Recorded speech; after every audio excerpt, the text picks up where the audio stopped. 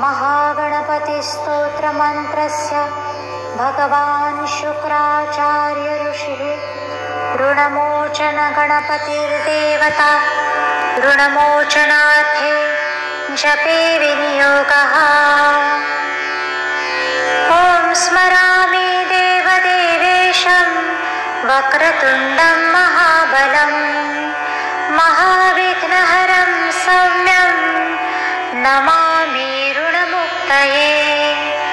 महागणपतिं देवं महासत्यं महाबलं महाविघ्नहरं सौम्यं नमामि ऋणमुक्तये। एकाक्षरम् एकदन्तम् एकब्रह्म सनातनम् एकमेवाद्वितीयं च नमामि ऋणमुक्तये।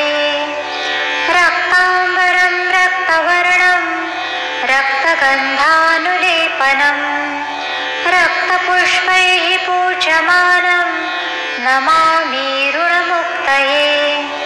कृष्णाम्बरं कृष्णवर्णं कृष्णगन्धानुलेपनं कृष्णपुष्पैः पूज्यमानं नमामि ऋणमुक्तये।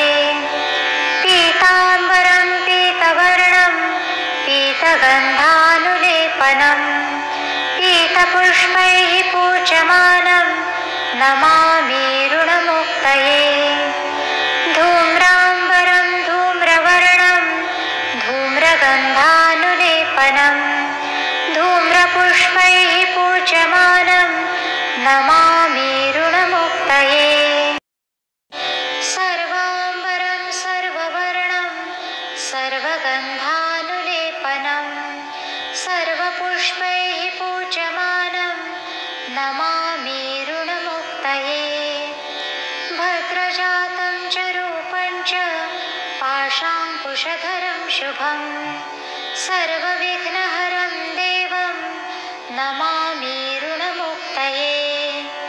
यः पठेत् ऋणहरस्तोत्रं प्रातःकाले शुचिर्नरः षण्मासाभ्यन्तरे चैव ऋणच्छेदो भविष्यति।